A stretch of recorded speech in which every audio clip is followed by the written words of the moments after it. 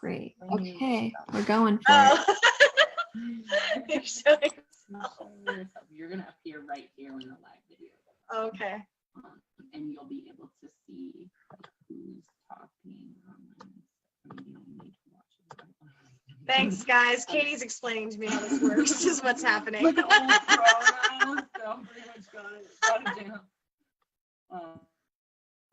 Yeah, and it'll say like, it'll have a little eye over here, and it'll have a number next to it, and that's how many people are watching, like while you're speaking. So you'll be able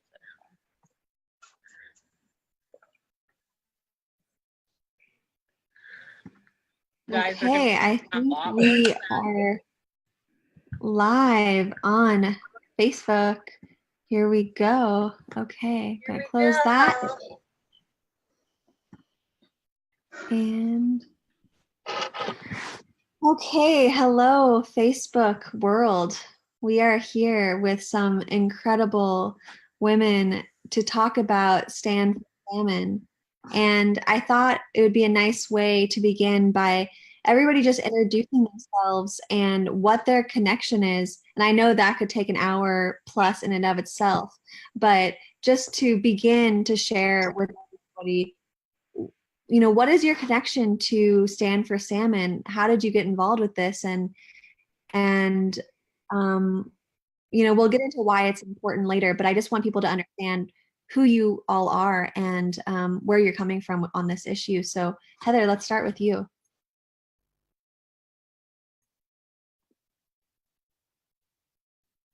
Sure, I'm the Tongass community organizer for the Sitka Conservation Society.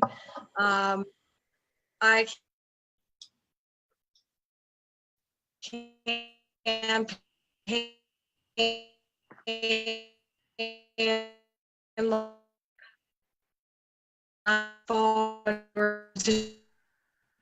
trying to make a life my family. So this is super important for us here in Sitka and all of rural Southeast, and that's why I'm part of this whole thing.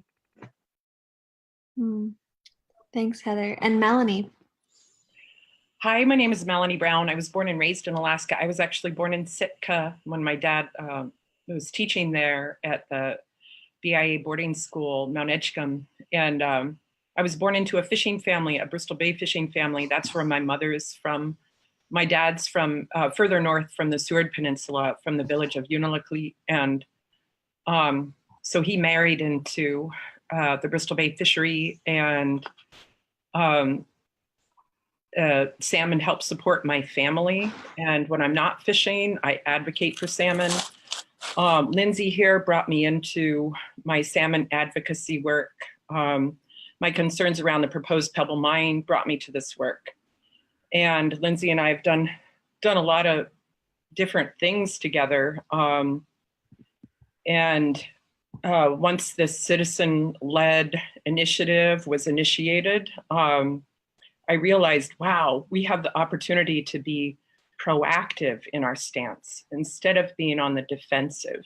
And I was very excited to embark upon this work. And I still feel that way. There have been some unforeseen surprises that we'll be relating to you this evening. But I still feel that this is really good work that we're doing and necessary work.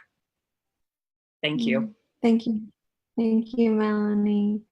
Lindsay, tell us about yourself. Everybody, my name is Lindsay, Lindsay Bloom, and salmon is life. I saw a couple things that went kind of viral today. I mean, salmon connect people to the natural world. All, you know, the whole West Coast, all the coasts, up the rivers, inland. And so for me, you know, what was my work in just being a commercial fisherman and a person who harvested salmon has turned into, you know, I think whenever you have something that's really abundant and really sacred and amazing, like it, you know, it seems like as I look around the world, it becomes a life's work to fight for it and defend it and protect what you have. And so, I think as I was thinking about coming on and having a lot of your listeners that maybe aren't Alaskan voters, that kind of thing, just how maybe you eat our salmon from Alaska and how really special and unique in the world it is that we still have this wild food, like doesn't have to be grown. We don't have to do anything to it. Nature creates salmon and salmon feed us and maybe feed you and feed the world. And I think that that's just amazing. And I would do anything to protect that. Mm-hmm. I'm a mom. Oh my goodness. I'm a fisherman, all the things. Yeah. Yeah. And I think that all of your connection to salmon, that you all work with salmon in your fingers, in your hearts, in your family lives. It's a part of your everyday. And that is really potent to be fighting for salmon from that place of true reciprocal connection. And I've had the honor of spending time with all of you.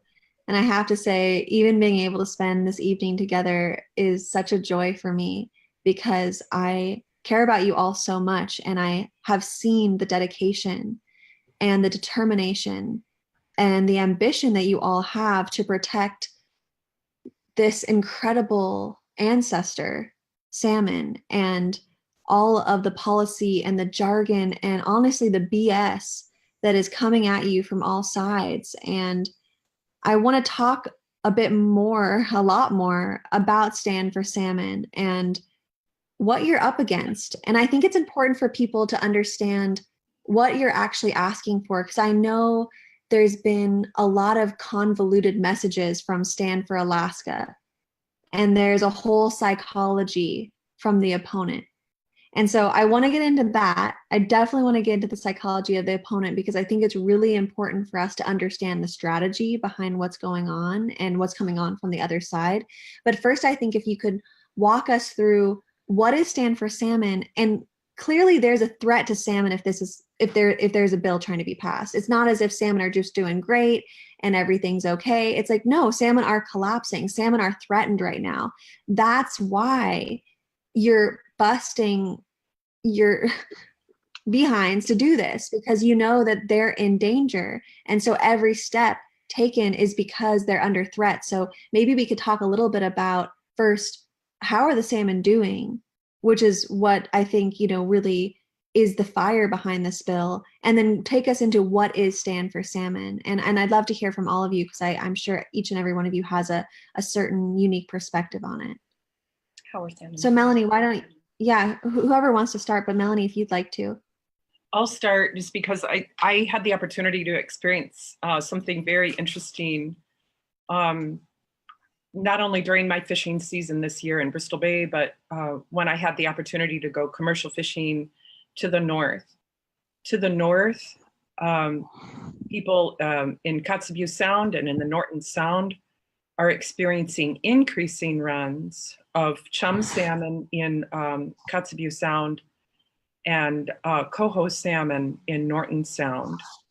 And some people would attribute that to climate change, but there were also some things that were done in the Norton Sound that they took tier 2 conservation measures so that their coho run might have the opportunity to rebound, and it did. Their conservation investment paid off, and they had a very strong silver run this year. So it was really cool to participate in that and know that to the north runs are increasing. Bristol Bay had another record year this year. The run timing has been changing. I have a number of theories that I think it would detract from what we really are gathered to talk about tonight. It would take too long to talk about, but unfortunately, to the south of the Alaska Peninsula, runs are suffering, and people are really working hard to figure out what's causing that. And I am certain that it's a number of different factors that are contributing to the declines of salmon in Southeast Alaska and Prince William Sound. So that's a broad overview of the state of salmon in the state of Alaska. I think there's a lot that we can still be hopeful about. And I think there is still a lot that we can do to curb or stem the declines in the southern parts of the state. We talk about how Alaska is the last stand for wild salmon. And if you take like my broad response to your question of how are salmon doing and why did we need to create this movement to protect them in Alaska? I mean, here's how salmon are doing, right? Wild salmon are basically extinct in Europe, where they once used to have incredible runs like we do here in Alaska. They are extremely endangered and mostly extinct on the east coast of the United States.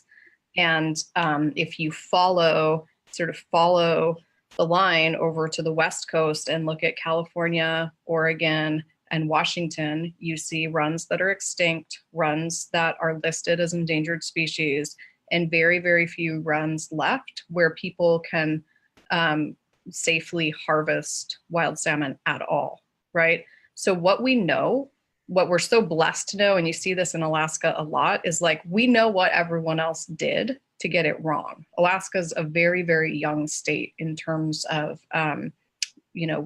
westward expansion and population and becoming a state. And so we still have abundant, intact, unaltered salmon habitat. I mean, when I first understood, like I didn't understand that there are almost no rivers left in the lower 48 United States that don't have dams, whereas like there is more unaltered free flowing water in Alaska than the rest of the US combined by far. We still have, what we still have is intact habitat and salmon returning. And when Melanie said Bristol Bay did well this year, I mean, I think, it's hard to get your head around what that means. They had a run of 60 million salmon. Sockeye salmon alone. So that's one species that returned to Bristol Bay, right? That's more than half of all of the sockeye salmon that gets caught in the whole world. And, in comparison, you look at once giant rivers like the Columbia or the Sacramento or the Fraser that maybe used to have numbers like that. And they're counting in the tens of thousands. I mean, 60 million is astronomical, and the commercial harvest of that is worth hundreds of millions of dollars. And so what to me, I'm so passionate. This is so exciting that we have a chance to have, a sustainable economy along with protecting the environment, and the two are interdependent, and that's awesome. Thank you, Lindsay, for bringing up this cautionary tale of what has happened in the South and why we absolutely cannot let that happen in Alaska, because we have seen, it's very clear, anybody who lives or has gone to anybody who's gone to San Francisco, the San Francisco Bay used to be covered in salmon and orca and grizzly bear. You could talk about that going all the way up from even Ventura in California, Oregon, like you mentioned, the Columbia River, the Snake River. I mean, these were flourishing salmon and other species ecosystems. And to see how lucky we are in the lower 48 to get a couple thousand salmon back. I live on a salmon bearing creek, and it is a miracle to see any at all. But this used to have millions, and even Alaska used to have bigger numbers. So, we know the writing's on the wall, and I just feel you in the importance that we cannot let what's happened down in the lower 48 and British Columbia happen in Alaska. This is the last stand. It is. And I really appreciate you talking about that. Heather, please share with us your thoughts. I've had the opportunity because of my role in this campaign to get to travel to a lot of different communities this summer. And what's been really interesting to me is every place I've gone, I've learned of a new threat or a new project or some other reason that people are concerned for their salmon runs. And I have heard and seen so many different examples of places that really depend on this that are concerned. When I went west and I was in Larsen Bay on the backside of Kodiak, Carluck has a pretty strong subsistence run, and only 50 fish made it back to their weir. They didn't even get to subsistence harvest much on those fish. When I was in Heidelberg on Prince of Wales, that community actually voluntarily shut down their sockeye run. They didn't wait for the state or the feds or anybody to come in. They decided as a community that it was better to not fish on those fish, so they would have a better chance of them returning.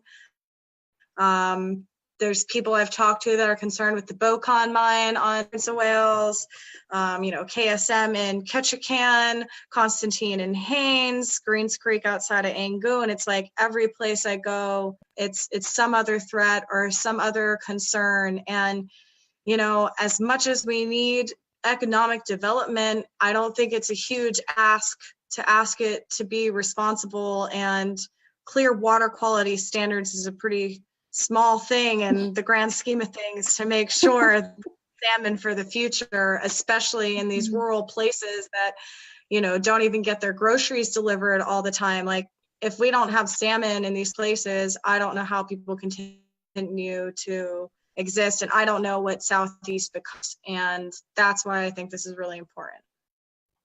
Mm-hmm. Thank you for explaining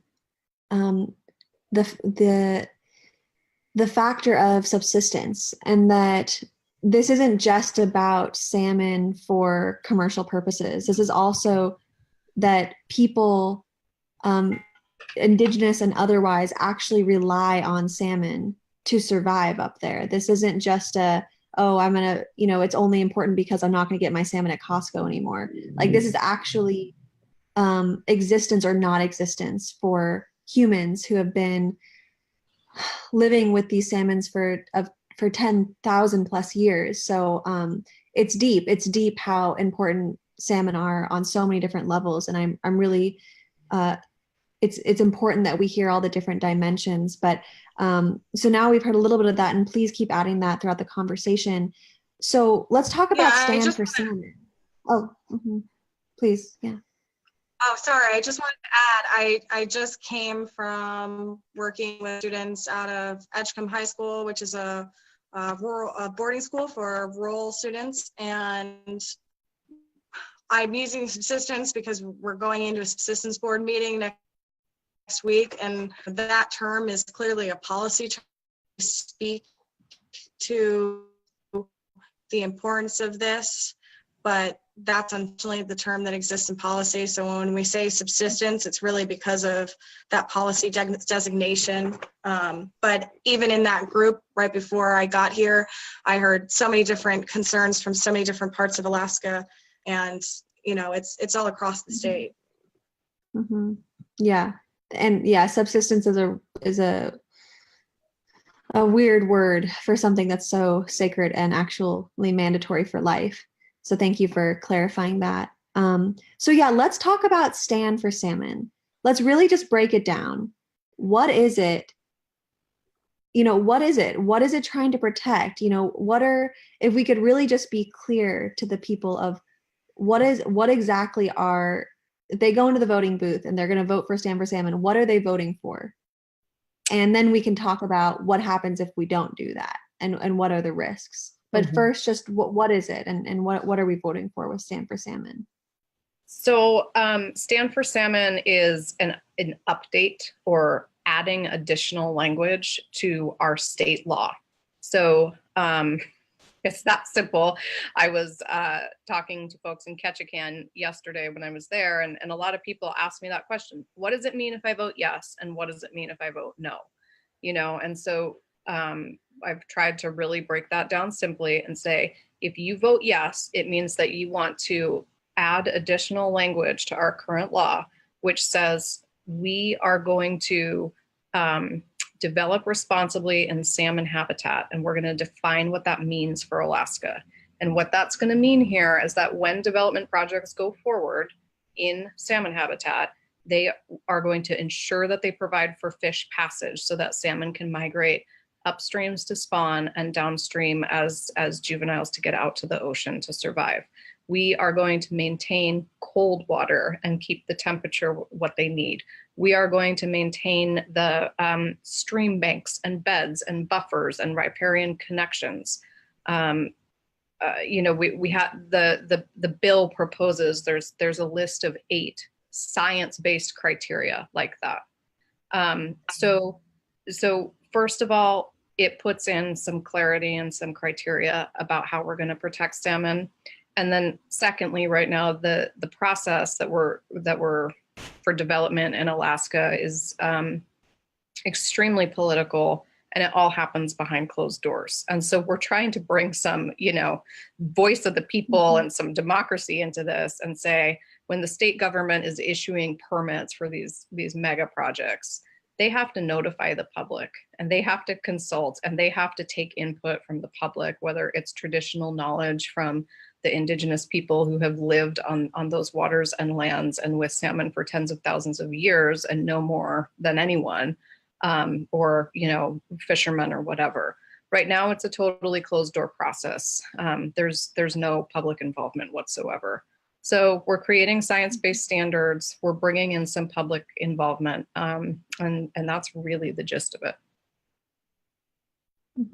I think it's really incredible that it's even being questioned to add regulations for salmon survival. You're not saying you can't do the projects. You're not saying, you're not asking to halt all development.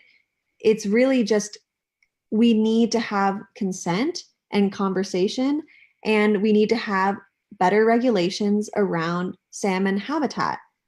Right? I mean, am I getting that right?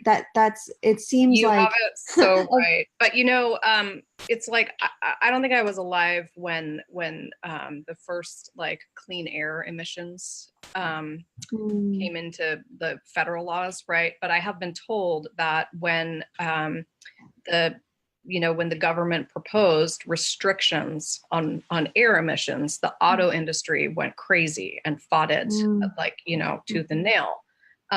Which is what we're seeing here. So, you're asking what this movement looks like. And I think we just talked about what Stand For Salmon does. And then what we haven't mentioned yet is the fact that it took signatures from over 40,000 Alaskans, and Alaska's population is only, just over 600,000. So it took the signatures of 40,000 of us to petition our government to put this on the ballot. Right. And so that's the power that we have, which is the people. Our opposition, on the other hand, is ExxonMobil, ConocoPhillips, Pebble Mine, Donlin Gold Mine, every other mining company that operates here, and basically every oil company that operates here. They have raised nearly $12 million to fight us at this point. And in contrast, our grassroots campaign has brought in just over $1 million for what we're dealing with. I just want to pause there. And we can talk about this more at the end as well, but just for those of you listening now, money is something that you can help with. So if you're not an Alaskan and you can't vote, you still have a way to support. And where is it that we can lead people to help fund this? What is there a website? Yeah, is there a way totally. that people can make donations? Yep. So, if you find Stand For Salmon on Facebook, or if you go to www.standforsalmon.org, the first thing you're going to see is a donate button. Yeah, Okay. so I'll say that as many times as you prompt me to, and that really is our big ask. And Melanie and I have talked about this so much, like we're not normal, you know, making the ask for money kinds of people. But at this point, you know, we're looking good. We're 26 days away from the vote. And right now, like the polling is telling us that Alaskans want to go vote for this. The challenge is that the opposition has bought up an incredible amount of TV advertising, digital advertising, newspaper advertising, radio advertising. They're flying around in chartered airplanes to rural communities in Alaska, spreading propaganda and frankly lies about what Stand For Salmon will and won't do. And so to combat that, like we really just need an extra infusion of money at the end here to get ourselves and our voices and our faces and our truth like up on the airwaves. I've been getting calls from friends around the state saying, hey, we're getting hammered here with opposition ads and we're not seeing you anywhere. Like, what is your plan? What is your game plan? How are you going to counter all those ads? And the thing that Alaskans and voters really need to understand, and also, the viewers, is that this is not the first time this has happened. There have been other initiatives that went, that were on the ballot, and they were beaten down by money. They were beaten down by corporations. And so, basically to like encapsulate that notion, it's like, are you going to let multinational corporations decide for you, Alaskans? Is that really what you want? Do you want these giant corporations to decide the shape of Alaska moving forward? It all just kind of goes back. It's beyond colonialism. It's imperialism. It's this concept of manifest destiny. Just like, it hasn't gone away. Manifest destiny, it's still very much alive. And, look to the history of the Americas. This may sound like an odd comparison, but if you really think about it, you're going to see it too. You're going to see my point. Just look at the buffalo. Look at how the buffalo were annihilated, not only because they were in the way of progress, but because it was recognized that if the buffalo went away, the people that depended on them would also go away. And that is, I see this as a parallel, a very sharp parallel between salmon and the people of Alaska who depend upon salmon to support their way of life. And sometimes I feel like salmon and the people who so very much depend upon salmon to support themselves are just looked upon as a nuisance. They're just looked upon as, they're in the way. They're in the way of our progress. And for me, it's like, it's heavy on my heart, but at the same time, I feel like that's just what spurs me on and what really brings into focus my sense of values. And I think everybody needs to be looking in their hearts at where their values lie. We're at this place in time where it's like, it's a tipping point where they're going to go down that slippery slope if we don't really work hard together to keep them from just slipping away what we love and cherish in this world.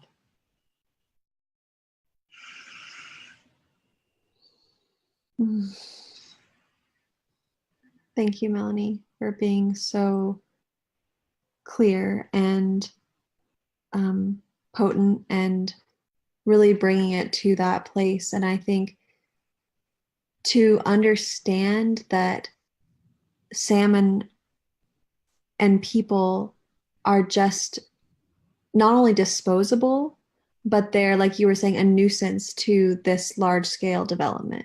And to really see it as this neo-colonialism is exactly what it is. And we need to be able to see it for that, because then we can actually see the gravity of this.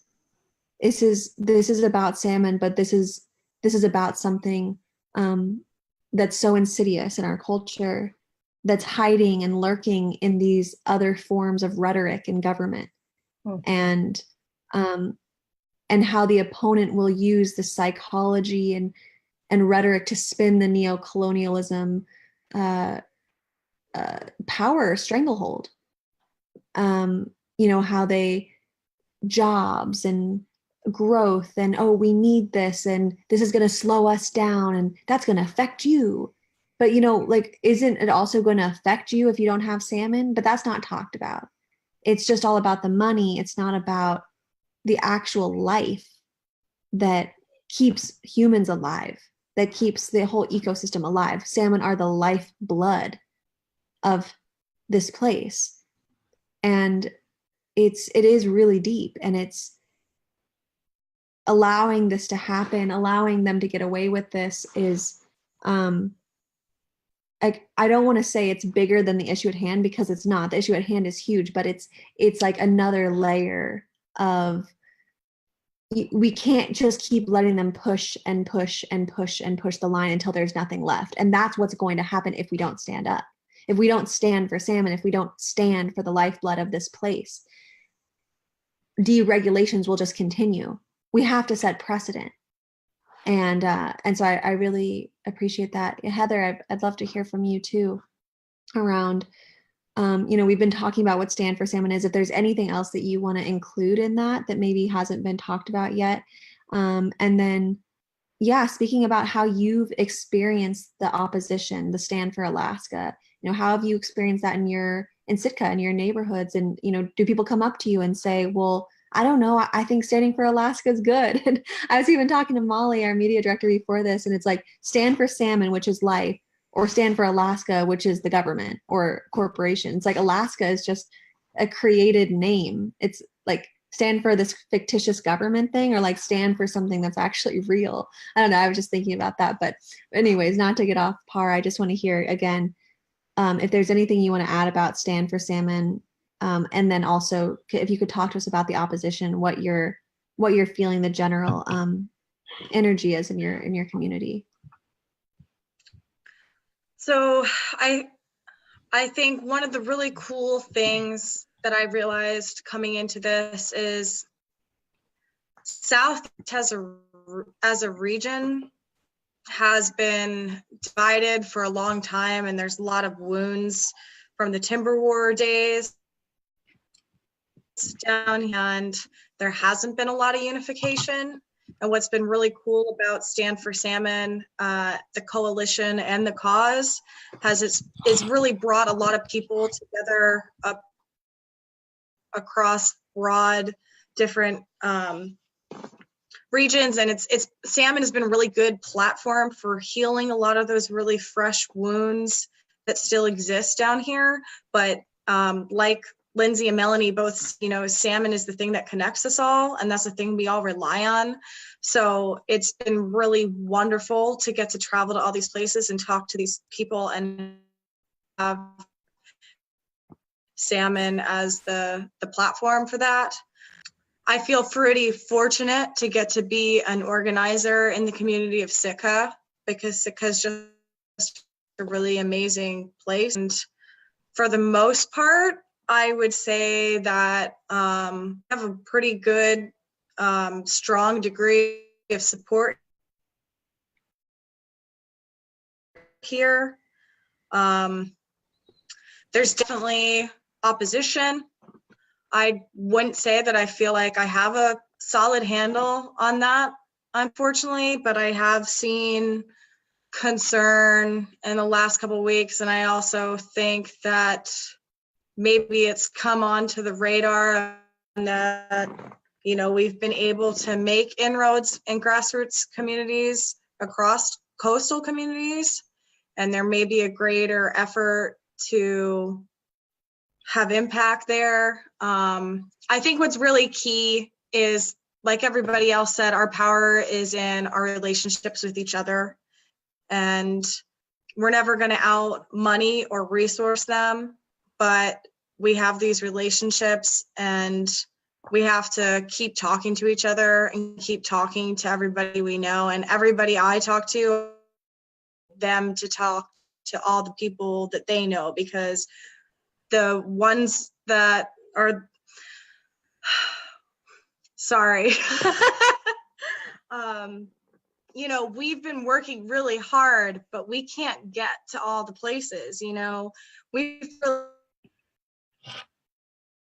really creative and, you know, boats, camping in yards, sleeping on couches, doing the best that we can to get to as many people as possible. But what we really need is everybody else to talk to everybody they know. And that's what our power is in each other and these conversations and these relationships.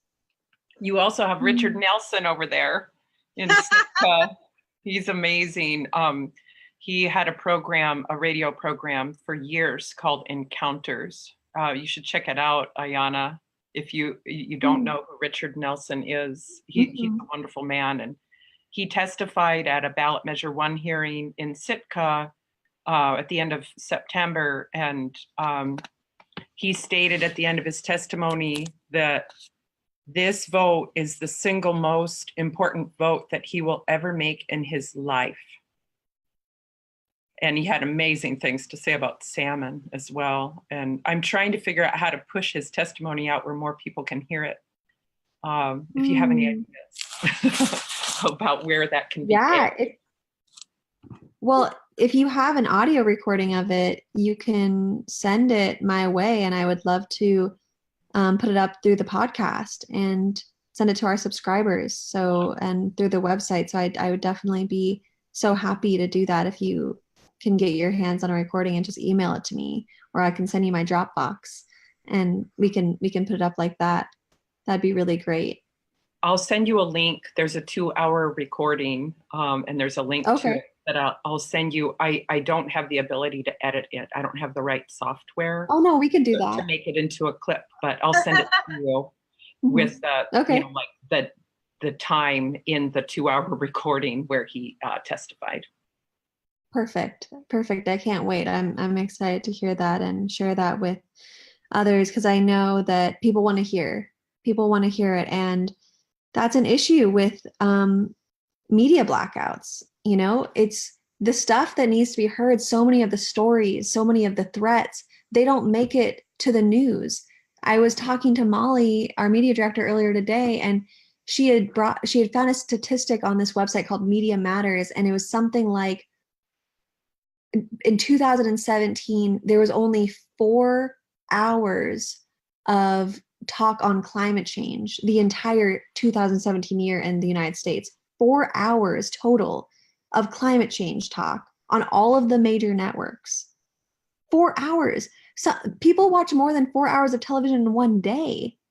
4 hours an entire year. I mean, so we can just see that so much of what's important is not being made visible. So much of what is needing to be heard isn't being made accessible to people. And that is a huge issue. And then to hear like what you were talking about with the opposition buying up airtime. They have the money. They can buy their commercials. They can make it seem, you know, and just to get into that a bit, I heard, was it the people behind the smoking campaigns or something are behind the opposition, or some big dogs that have been playing this game for a long time. Yeah, right? I can answer that just real quick. I mean, it's our opposition hired the same firm that's based in Washington, D.C., who has been fighting, you know, against restrictions on smoking and very successfully fighting that. So we were, you know, that was a little scary. And, you know, the opposition is Goliath, and that is true. But I also, I really want to spark the sense of hope into this conversation, because the good news is that we have an incredible ground game, right? We actually have allies. We have, dozens of tribal governments across the state of Alaska who are actively working on getting the word out about Stand For Salmon. I mean, I see every day from the Kuskokwim to Bristol Bay, from interior Alaska, northern Alaska, southeast, indigenous people, commercial fishermen, sports fishing people, just general public are doing everything they can. We have, canvases going on in the big population centers and hubs. And like, if we can build up the momentum just a little bit more, and keep the calls and the door knocking and the social media and whatever going, like, we can win this. And so I believe that in my heart, I believe that from the numbers I've seen. I believe that from what I see going on here in Alaska. And so, yeah, we are up against like the big the big ones, and it won't end on election day. If we win, they'll do everything they can to dismantle what we've done, for the rest of my life. And they're bad. I mean, it's incredible to me, their willingness to spend any amount of money to drown us out, their willingness to lie. I mean, I got a call from Bethel last weekend. Somebody was at a tribal meeting where the opposition was presenting, and they put up a PowerPoint slide and they said, "You will no longer be able to have indoor plumbing if this ballot initiative passes." Oh my God. Like, just no integrity, right? And the other thing is, they know, like, they're doing polling too. They know that we have a really good shot, and they know that what we're talking about resonates with Alaskans and with people. And so I think their strategy is to get people scared of what this is going to do. But even more than that, since the beginning, their strategy has been to confuse people. And I just wanted to show you a little visual on that front. This has been the logo for Stand For Salmon for years now, right? We've had this fish and it said Stand For Salmon. Heather had it on her hat earlier today. This is the logo they created. Oh my gosh. Oh my gosh. And this is why people are like, is it yes for salmon or no for salmon? Yeah. That is just so low. It's so low. So low, right? It is. It's so low. So I another can't- thing. Even the same colors. Yeah. They took our colors. They're the same colors. That's Another thing that our that's opposition is really, really trying to hammer down on us with is that this initiative is being led and funded by outside money. And they keep calling it dark money. They're like, there's so much dark money funding this. And it's just kind of amazing. Send us some dark money, people, please. I got a fisherman buddy that every time I go to the bar will get a Guinness and cheers me to the dark money. Dark beer and dark money. Oh my gosh. That's right. It's so just to the sticker, the colors, the confusion that they're trying to wrought. But I agree, Lindsay, that there's a lot of hope, because like what Heather was saying, you actually have relationships. You're actually speaking for the good of the people. They know that. The people who are listening to you know that you're actually looking out for their best interests. And beyond that, the salmon are behind you. The salmon, I really believe the salmon know that you're fighting for them. And what's more powerful than having them behind you? They're so much more valuable and potent and powerful than the dollar. So I am with you that I think that people that are listening to Stand For Salmon, they realize that this is not you trying to pull the rug out from underneath them. That this is not trying to hurt anybody. This is trying to protect humans and the ecosystem that they rely on.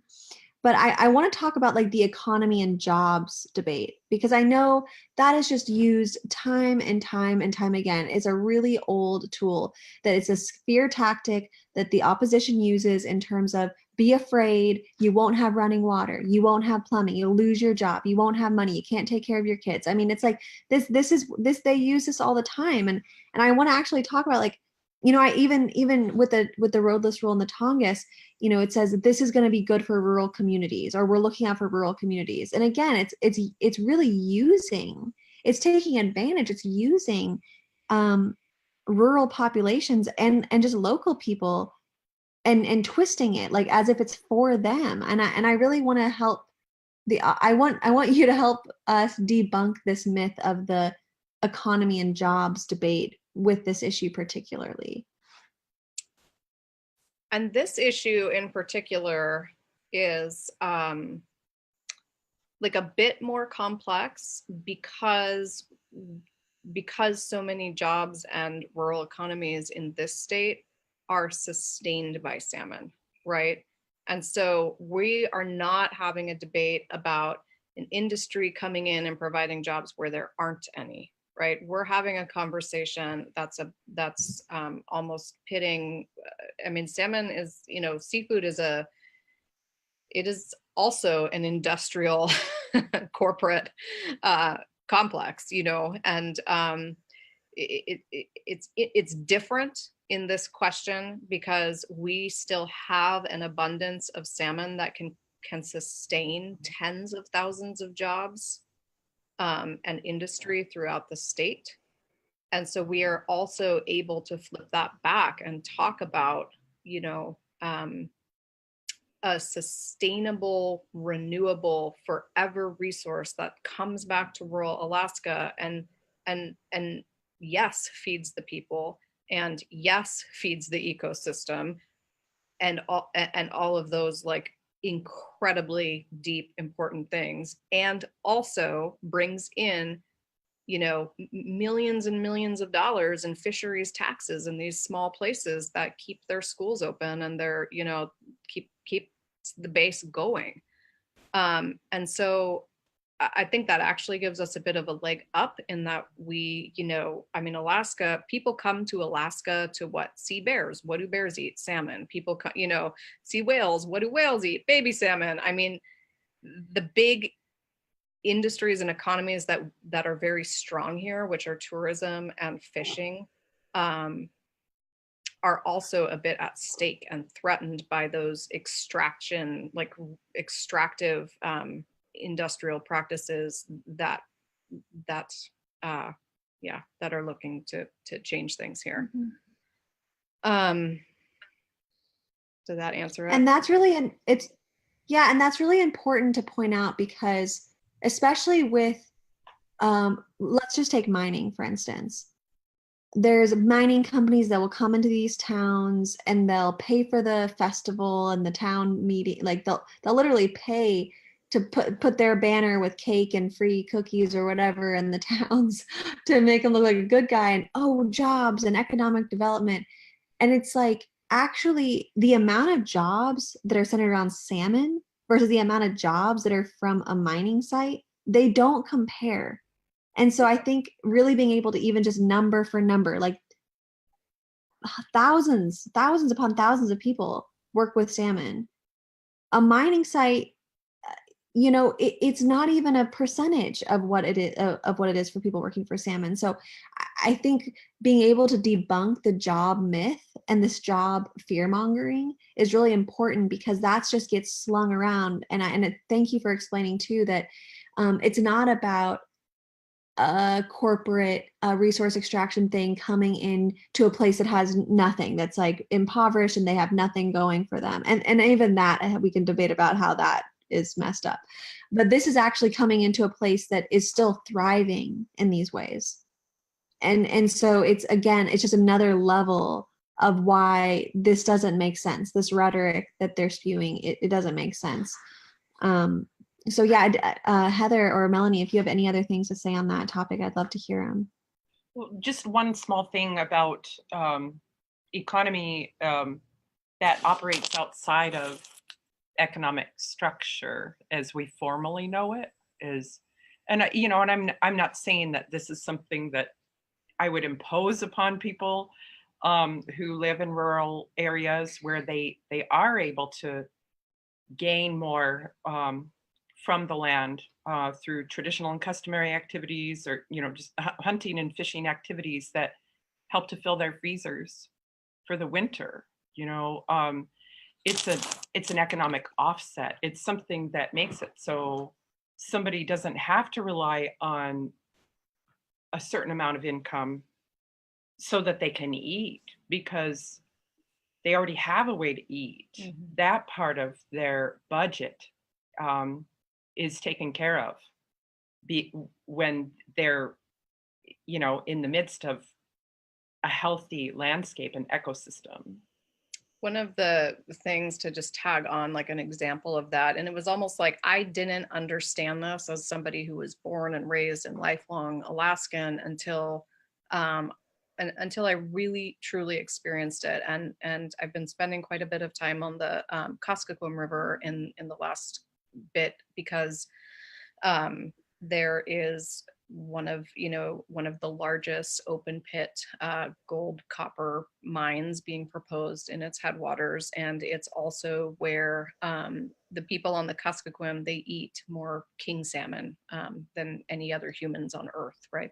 That's like their total base of their diet. And Donlin Gold, which is what they've named the company, it's actually owned by a bunch of multinational mining giants that are based in Vancouver and elsewhere. They run around talking about how, Donlin, or the Kuskokwim, is the poorest part of Alaska, and the Kuskokwim has the highest unemployment rates in all of Alaska. And so it's so great that they're coming in to bring employment, right, and to bring money. That will trickle down into the villages and into the economy. And it's so insulting to tell people who bust their butts day in and day out, sustaining their lives and their cultures and their communities off the land, that they're unemployed. Like they don't work and they just sit at home and don't have a job. It's like, it's so back to the colonialism example. And you're so right, this is so much bigger than just each of these things, but oh my gosh, we have a chance to not repeat history here. Yes, yes. And that is so demeaning to go, oh, they're unemployed, they're poor, when they are in one of the most richest, biodiverse, healthy ecosystems in the world. But of course, when they're putting that capitalist colonial mindset on it and just stamping this, and it's all part of it. It's all part of the tactic, and it's really, really necessary that we can zoom out and understand the tactics so that we don't get trapped in them or confused by them. They're it's a PR firm. it's just ways to tell a different narrative, to spin it, and it's always important to see that. Well, as we're coming up on our hour, I want to, we've gone through what Stand For Salmon is. I think it would be, and of course I'm not, so the last one, maybe the last-ish question, I want to talk about what happens if we don't vote, if we don't support Stand For Salmon.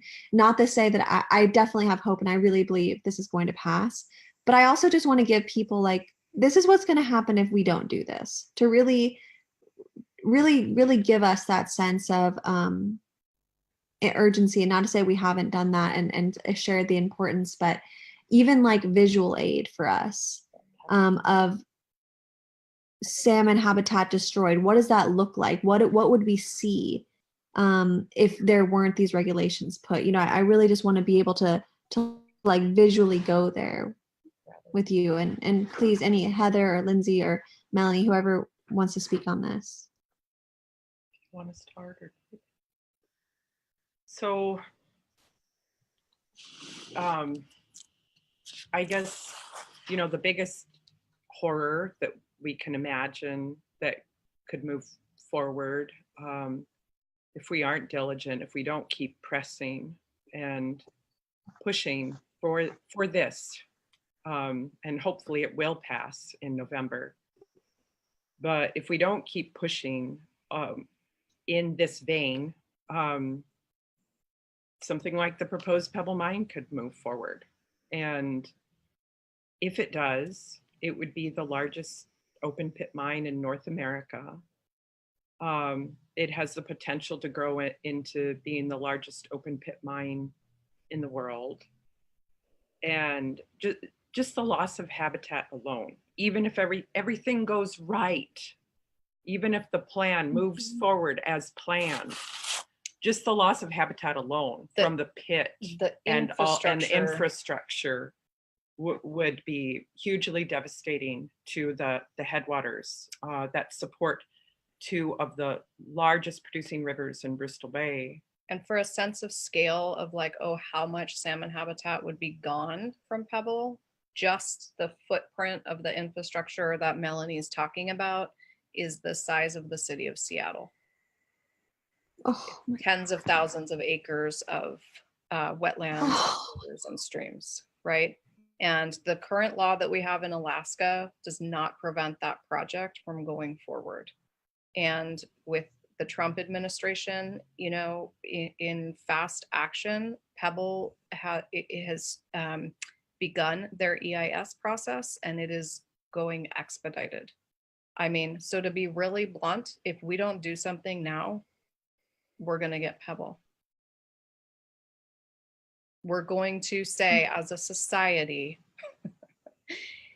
we're okay with building another giant open pit copper mine on top of the 60 million salmon a year run headwaters in Bristol Bay. It's a clear choice.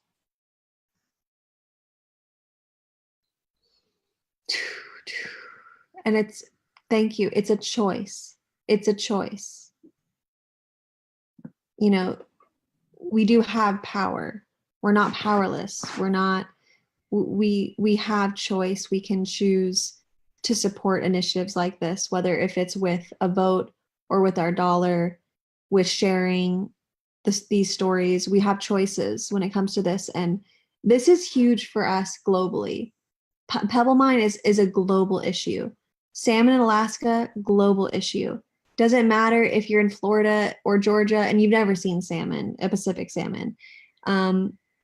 This is important for all of us. And I really want to reiterate that. And there's, you know, we could probably spend 3 hours explaining why, but we don't have the time in this webinar to go through all the reasons why salmon and this habitat is important on a global level. But Heather, I'd love to hear from you too. Yeah. I mean, even our state administration has made it very clear that the intention is to develop the way out of the recession and potentially double the number of large-scale mining projects in this state. So it's more Pebble, and you know, it's all the potential of all the future other things like Pebble that could come down that we are blocking in addition to Pebble. And that's why this is important statewide, and that's why there's people that have banded together across the state to fight this. And that I didn't mention before, like when Melanie spoke to that testimony hearing in Sitka, we had 100% support for salmon. There was no op in that room that decided to speak up. And what was real about that room, there were so many families, there were so many young families, there's so many people that rely on salmon, that like that room was full of kids. And the whole time during that whole, the women in the back of the room kept passing the kids around, and we were all like, they were drawing pictures and they were responding to what they were listening to. And we even submitted those drawings from the little kids in as testimony, which was like fish and rivers and streams, and even what destruction would look like, because it's been from, there were some people here for the roadless stuff, guys who usually does environmental, even compliment us because he listened to the Sitka hearing and could give award-winning testimony on a complex policy issue. I mean, that's how important this is. And it's not just here, it's across the state, it's families, it's the future, it's people trying to make a life in these places in a sustainable way that's respectful of this environment. And that's why we choose to live in these places, because you're right, it's really expensive, it's really hard to live here. I personally couldn't afford to live here if I couldn't help fill my freezer with deer and fish. There's no way in heck I could live in Sitka, but this place is beautiful, and the quality of life that I have living here and the connection I have to these resources. And I know that's one of the main reasons most of the other people that live in these places live here, is because of that connection to the resources. There's not many places you can live in the United States or the world that has this great of a connection nature and to the resource. And we have to stand up to see so many people that were working on so many different projects all come together to work on this, because it benefits all of us. And it's really critical, and we're really fortunate to have even been able to get it this far. So it's just that final push that we need. And if people are as concerned for the future of the administration, federally or state-wise, that's even another further reason to vote yes for this. I was in a room full of trollers that were all like really concerned about the gubernatorial election and what should we do. And what was really interesting, there was such a diversity of political views there, but all of them were concerned for the future of salmon, for the future of this resource. And I think that's another reason that we really need to vote yes on this proposition. And we've seen what could happen. I mean, look at the Mount Poly mine disaster. We don't want that to happen.